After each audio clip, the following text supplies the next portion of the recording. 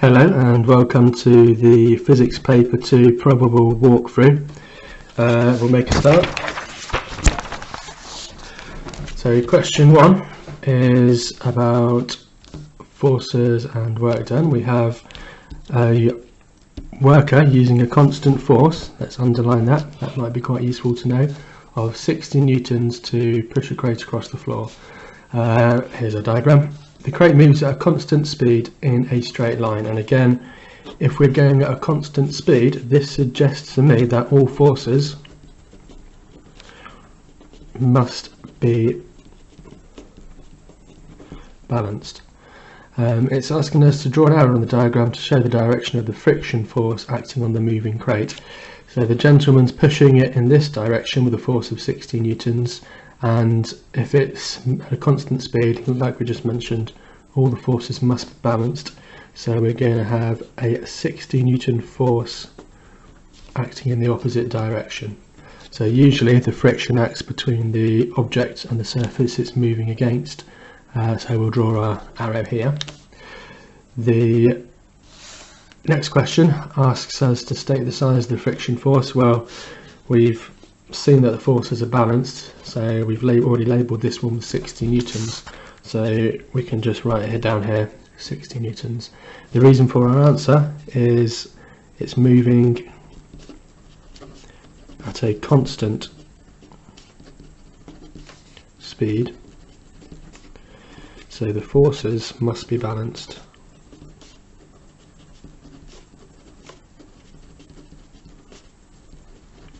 So equal and opposite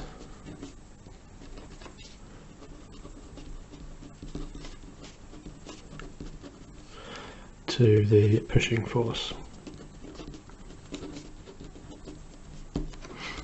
Next, calculate the work done by the worker to push the crate a distance of 28 meters. Show clearly how you work out your answer and give the unit.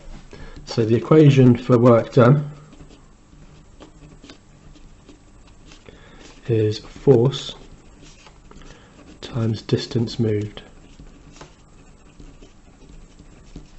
The force with which he pushed, it was told to us earlier in the question, 60 newtons,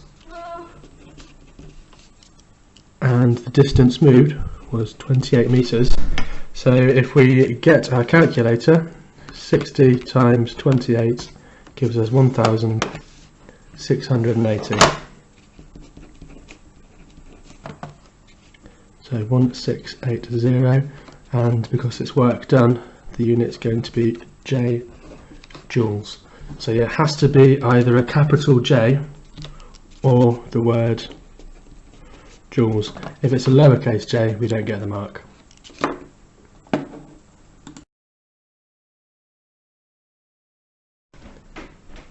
Question 2 again is about forces. This time they're acting on a moving car. So we've got three different situations here, A, B and C. We've got different forces working and we need to find out what's going to be happening with the car. So the first thing to do in a situation like this, I think, is to work out the resultant force. If you have two forces acting in opposite directions like we do here, we can take one away from the other and whatever's left over will be our resultant force. So we'll start off with 500 minus 500 gives us 0 newtons. So in this one we've got no resultant force, so it's either going to be stationary or it's going to be travelling at a constant speed. Now the fact that we have a resistive force, so friction or air resistance, tells me that this car must be moving, and if we've got a driving force as well, then something must be pushing it forward. So even though the resultant force is 0, it's still moving, but it's moving with a constant speed. So we can join up to this one here. Next one, so we have 500 in one direction, 200 in the other. So if you do 500 minus 200 gives me 300, and the larger force is acting forwards, so our resultant force is going to be acting forwards as well. So if we have a resultant force in the direction the car is travelling, that's going to be accelerating, so we can say it's accelerating forwards. Our last example, C, we've got the opposite, so we could do 200 minus 300, oops, so 200 minus 500, which will give us minus 300 newtons. You don't always have to do it like that, but it helps you decide which way the force is going and whether it's going to be an acceleration or a deceleration. In this instance, the resultant force is 300 and it's in the backwards direction, so we can say the car is going to be slowing down. Next part, B. The front crumple zone of a car is tested at a road traffic laboratory.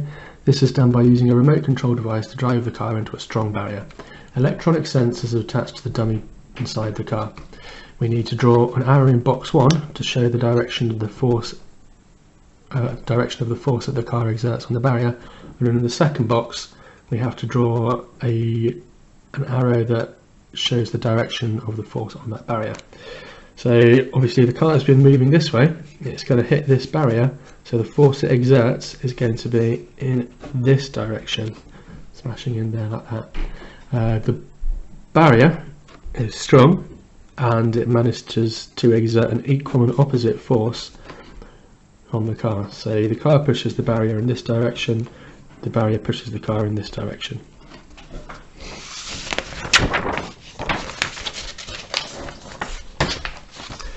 Complete the following by drawing a ring around the correct line in the box. The car exerts a force of 5,000 newtons on the barrier does not move.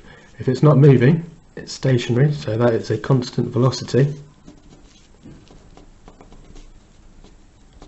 which means the forces must be balanced. So if we have 5,000 newtons acting in one direction, we must have 5,000 acting in the opposite direction. So the answer to this one is going to be equal to 5,000 newtons, equal and opposite forces, because it's stationary, it doesn't move. Lastly, which one of the following gives the most likely reason for attaching electronic sensors to the dummy? To measure the speed of the car just before impact, we don't really need sensors for that one, so I don't think it's going to be that one. To measure the forces exerted on the dummy during the impact, this seems like useful information to know. If somebody's in a crash, we know the sort of forces they can survive. If the dummy gets a force bigger than that, then something's wrong with the impact, the person would probably die. So I think it's going to be this one, but let's just check the last one. To measure the distance the car travels during the impact, no, that's not going to be that, so it's definitely this one.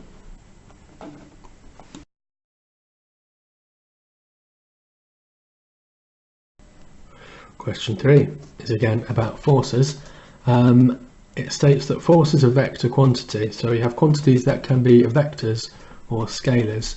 Now I know that a vector has a magnitude and direction, so it's going to be this one. If it has magnitude only, we would call it a scalar. So an example of a vector would be velocity or acceleration, or force even, whereas scalars, things without direction, you could have mass, volume, anything like that. So a Newton meter measures the weight of an object, so the force it exerts due to gravity. Look at the figure below. What is the weight of the object in the figure? So it's a little bit blurry, but if we look closely, we can see that it's halfway between the 5 and the 6 at this mark here. So the weight of it is going to be 5.5 newtons.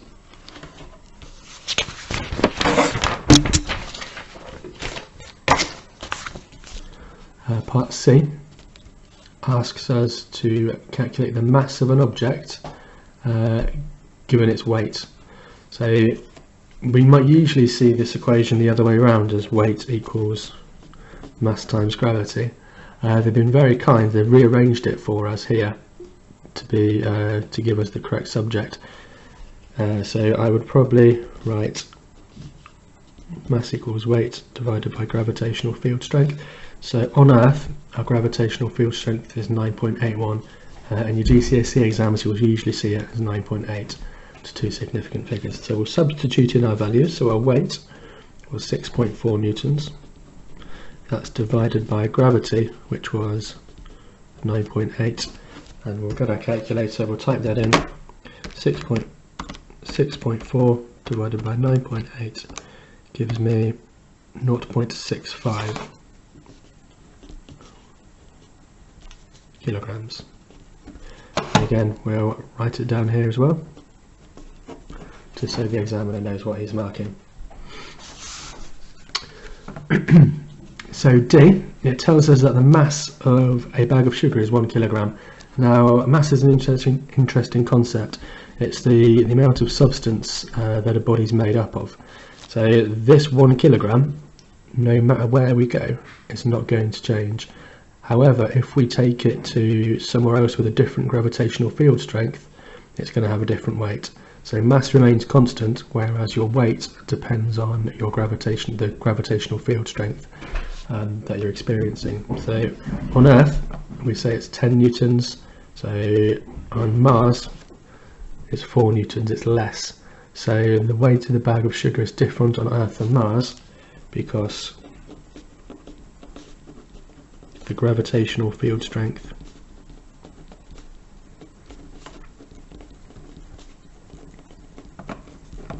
on Mars is lower, is less. So Mars is a smaller planet than Earth, so it's going to have a lower gravitational field strength.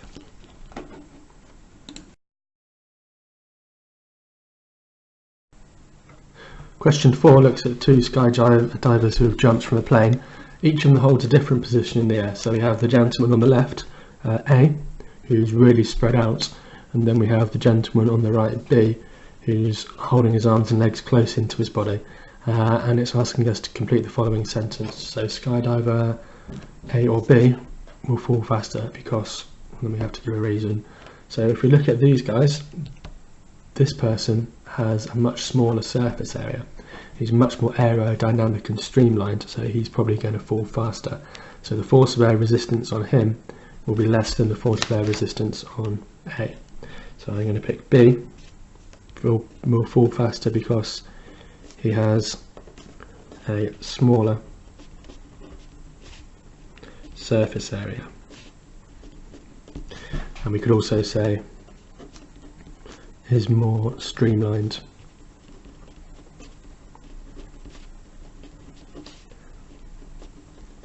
Aerodynamic. Any of those options would have been fine. Next, the diagram shows the direction of the forces acting on one of the skydivers. In the following sentences, cross out in each box the 2 lines that are wrong. So friction X is pulling him down. This is his weight due to gravity, so we can say that force A is caused by gravity. I'm going to circle that and I'm going to cross this out. So whatever the question asks you to do, make sure that we're doing it. So they might ask you to circle it, they might ask you to cross it out, so to follow the instructions. Force Y is the force acting upwards. So the only force that could be acting on him when he's falling down through the sky is air resistance. So he's rushing downwards, all the air particles are pushing up, bouncing off him and slowing his descent. So we're looking at air resistance, and these 2 are wrong. When force X is bigger than force Y, the speed of the skydiver will what? So if X is bigger than Y, so the resultant force is going to be acting downwards, so his velocity is going to increase, it's going to go faster. So it will go up, and again, circle what we think the correct one is, cross the rest out.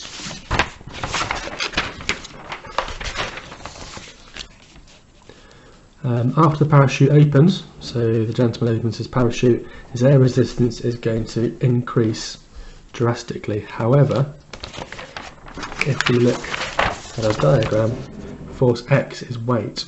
Now, his weight isn't going to change. He isn't discarding a parachute. He's not suddenly lost a few pounds from dieting. His weight is going to stay the same. So, for this one, we're going to have to do it stays the same. How does the area of the open parachute affect the size of force Y? Well, because he's got a much larger surface area, it will increase force y.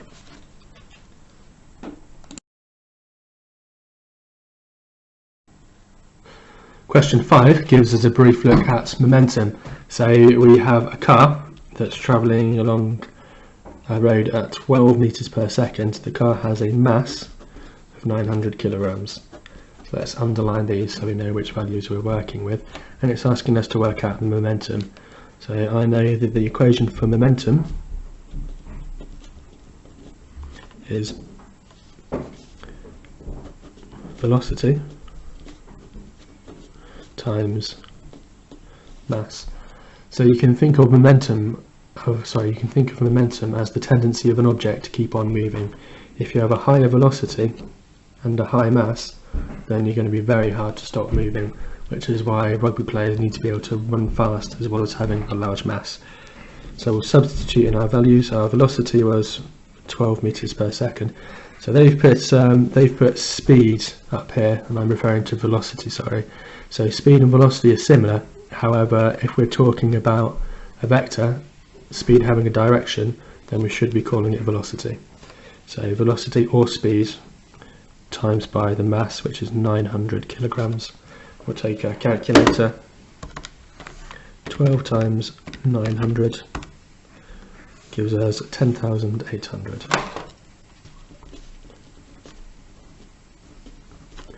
And the unit is kilogram meters per second.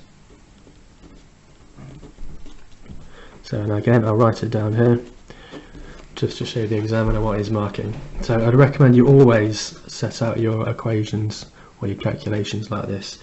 So write down your equation first, so you know what you're working with.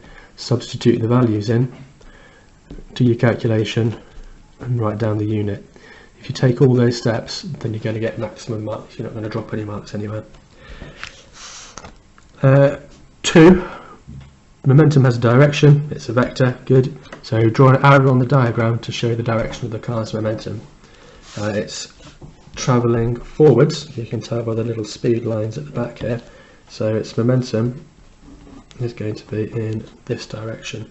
I'll give that an M for momentum. So you might see momentum with a symbol rho, which is like a curly P, or you might see it as an M. So either's fine.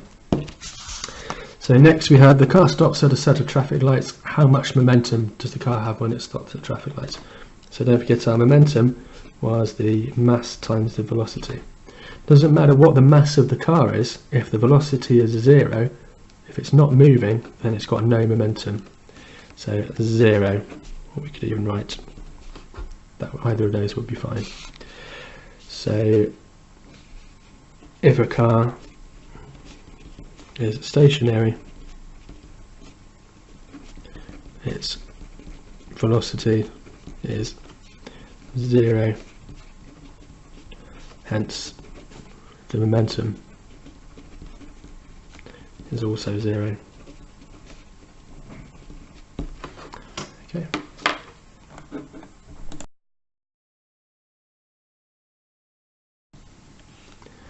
Question 6 looks at graphs of motion. In this instance, we're looking at a velocity time graph. So on the y-axis, it tells us the velocity in meters per second. On the x-axis, it gives us the time in seconds. We have a short period where it's not moving. We then increase the velocity until about 5.8 seconds, and then we're moving at a constant velocity here. So the first question asks us, between which 2 points on the graph is the car moving at a constant velocity? So if we have a look back at our graph, from here to here, the velocities remain constant at what appears to be 12.5 meters per second. So between M and N,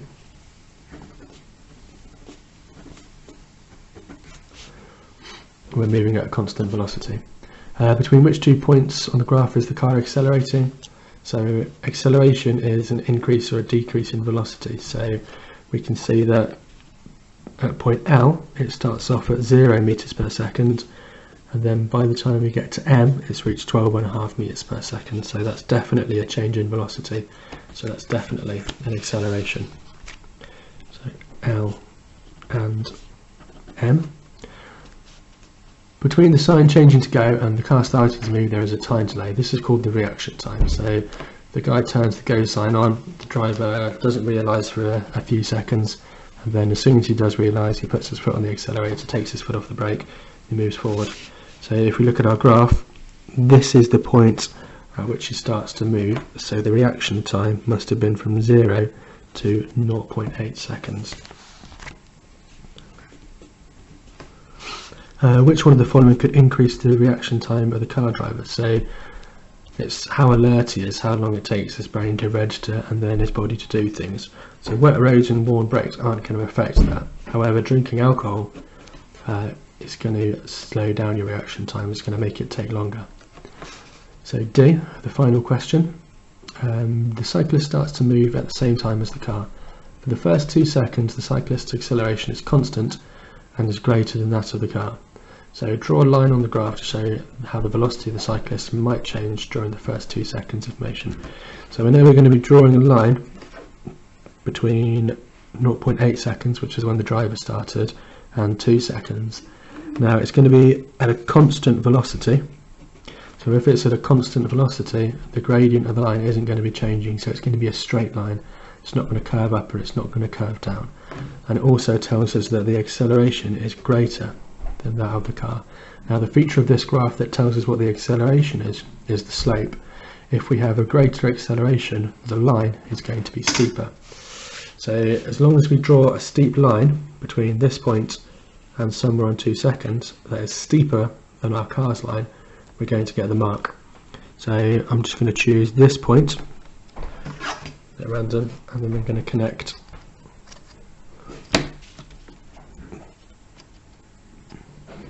it like this.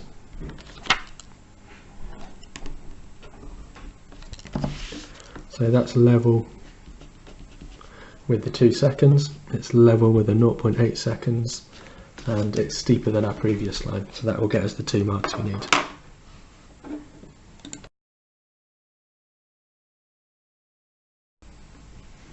Question 7 brings us to acceleration again. We've got a high-speed train accelerating at a constant rate in a straight line, so get that straightforward. The velocity of the train increases from 30 meters per second. So this is our initial velocity. So that's the velocity at the start. It goes to 42 meters per second, so this is our final velocity. And it takes us 60 seconds. Now, often initial velocity is given the symbol u when we're using equations, and final velocity is given the symbol v. So you've probably seen this in your science lessons. It says calculate the change in velocity of the train. So the change in velocity, or delta v, so this delta just means change in. So change in velocity is the final velocity minus initial velocity, and we could write that in words as well just to make it clear. So change in velocity equals final velocity minus initial velocity, and again v minus u, so we would do 42 minus 30. So those are our values we've just substituted in, and we'll get our calculator. 42 minus 30, 12. Even if it's a really straightforward calculation, it's always best to use your calculator. Just avoids any mistakes. So 12 meters per second, we'll put it in the appropriate place. So again, the examiner knows what to mark, and move on to the next part. So use the equation in the box to calculate the acceleration of the train. So we have a change in velocity divided by time taken for change. You might see this equation written as a equals v minus u all divided by t. So I'm going to use this one down here, so I'll write it out again. A equals v minus u over t. So my final velocity which we got from the previous question, was 42. The initial velocity was 30, and the time it took to make the change in velocity was 60 seconds. Now, I'm aware that we've already worked out the change in velocity earlier, so this question's been quite nice to us. It's already got us to do half of the work. However, they might not always do that. So what I thought I'd do is show you from first principles exactly what you'd have to do if they missed out this middle step. So again, 42 minus 30 is 12, divided by 60. And even if we can do it in our heads, we'll type it into the calculator. So 1 over 5, press the SD button, gives me 0.2. And the unit for acceleration is meters per second squared. So I'm going to write meters per second squared again. So I've got my equation, I've got my substitution, I've got another substitution, and then finally I've got my answer. So I know a few of you may be tempted to leave it as 1 over 5, as you would in a maths lesson perhaps. However, in physics, we need to put the decimal rather than a fraction. B, which one of the graphs A, B or C shows how the velocity of the train changes as it accelerates? So we have acceleration at a constant rate, so that suggests it's going to be a straight line.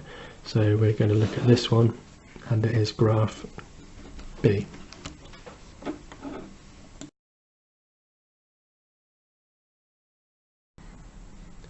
Question 8 is about waves. It starts off by telling us that a lorry, so a big vehicle, has an air horn. The air horn produces sound waves in the air. So use one word to complete the following sentence. Sound waves cause air particles to vibrate. They may also accept oscillate, but it's best to use the word vibrate. Sound waves are longitudinal waves, so the vibrations are parallel to the direction that the wave's travelling in, or the direction that the energy is travelling in.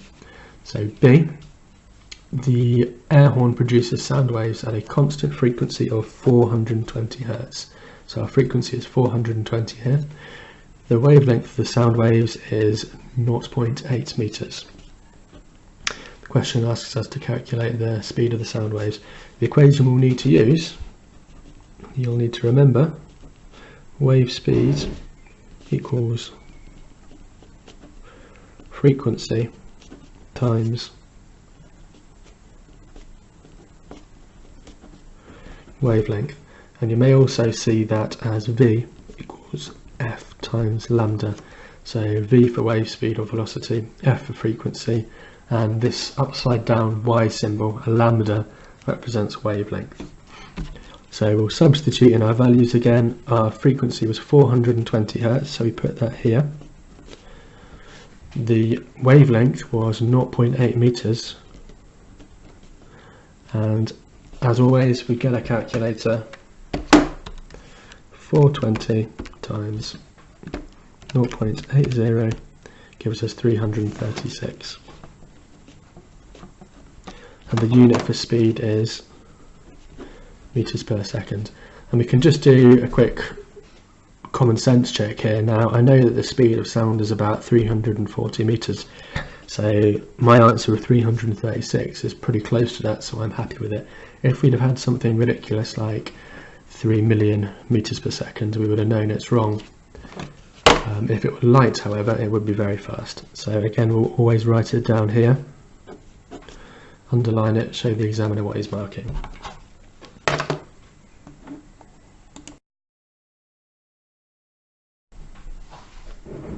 Question 9 looks at the electromagnetic spectrum. It gives us 4 devices that use different parts of the electromagnetic spectrum. So electromagnetic waves are just the type of radiation, so the one you're going to be most familiar with is visible light. The only difference between visible light and the rest of the electromagnetic spectrum is that these parts have different frequencies and wavelengths, and are not detectable by your eyes, so we can't see the other 6 parts of the electromagnetic spectrum, only this visible one in the middle. Gamma rays have the lowest wavelength and the highest frequency. They also have the most energy and so are most dangerous. Radio waves have a very long wavelength they have a low frequency and they are less harmful because they transfer less energy. So radio, the first one's a bit of a gimme, we have to match these up. A radio uses radio waves, unsurprisingly. Your TV remote control that you turn your television on and off with uses infrared, and your filament lamp provides you with visible light so you can see what you're doing.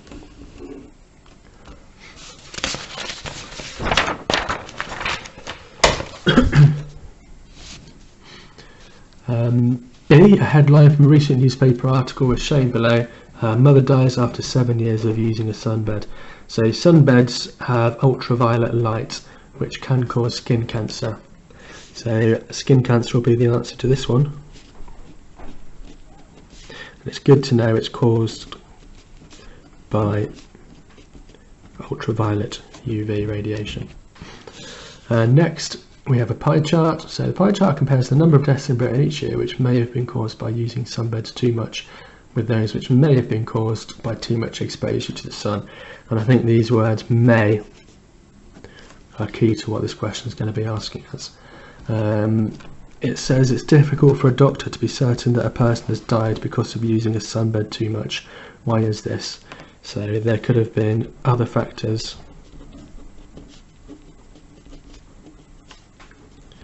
could have contributed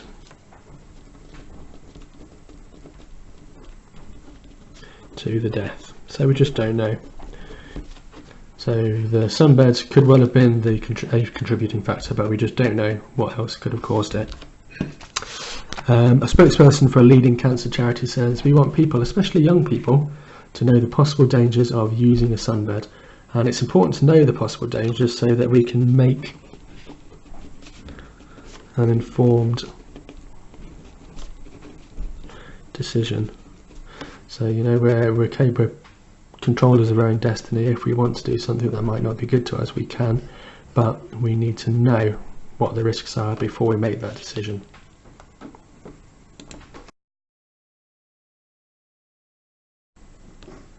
Question 10 looks at magnetism and electromagnetism. We've got something called a simple motor here, where we connect a battery to a coil of wire which is connected to an axle on a yoke. So the wire is wrapped around this centre bit here, and it's able to pivot around this point. When we let current flow through it, it creates an electromagnet in the coil which interacts with the magnets either side, exerts a force pushing the motor around in a circle.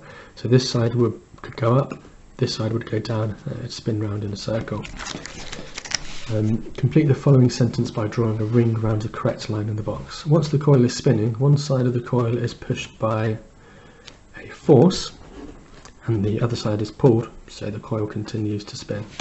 Suggest 2 changes to the electric motor, each of which would make the coil spin faster. So we could increase the potential difference, so we could use a more powerful battery.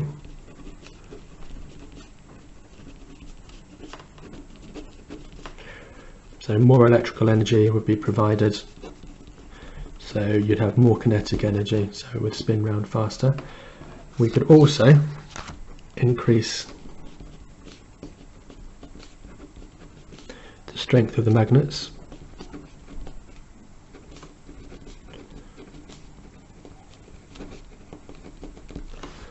And another thing we could do was wrap more turns around the coil.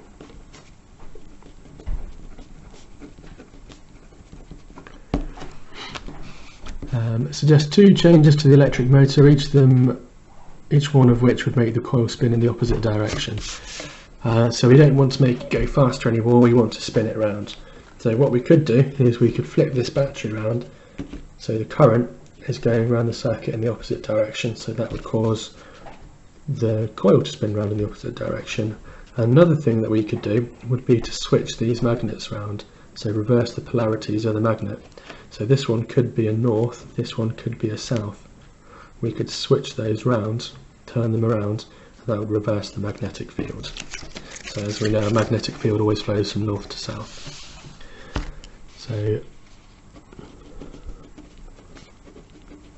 So reverse the terminals of the battery, or we could reverse the magnets, so switch the poles of the magnets around.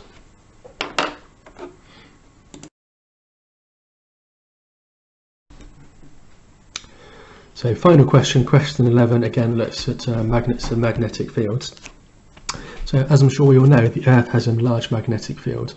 What causes the magnetic field is the movement of liquid iron in the Earth's outer core, this one here. Next we're looking at magnets that are being brought together. So we have in the first instance two opposite poles, so a north pole and a south pole being brought together. If we have opposite poles, they attract, and if you have like poles, so we have two north poles coming together here, the same thing would happen with two south poles. If we have the same poles, they repel, they try and push each other away. And finally we have an electromagnet, so a magnet that's created when a current is run through a solenoid with an iron core. So in a scrapyard you need to be able to pick cars up, which are obviously very heavy, and you also need to be able to put them down wherever they need to go. We need to compare why an electromagnet magnet is better than a permanent magnet in a scrapyard. So electromagnets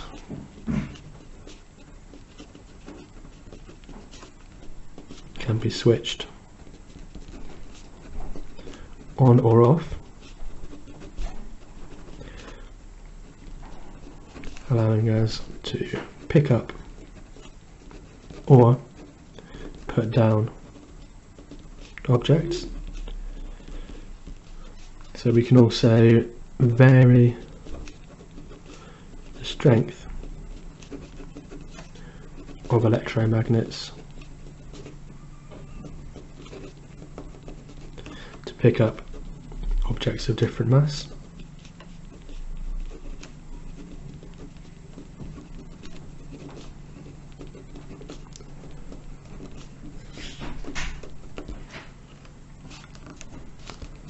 Also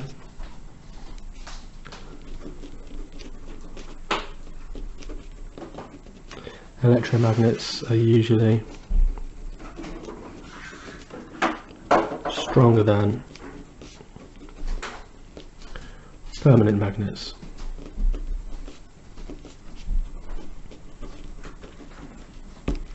So just another word on permanent magnets. Permanent magnets are things that create their own magnetic field, whereas electromagnets are induced magnets.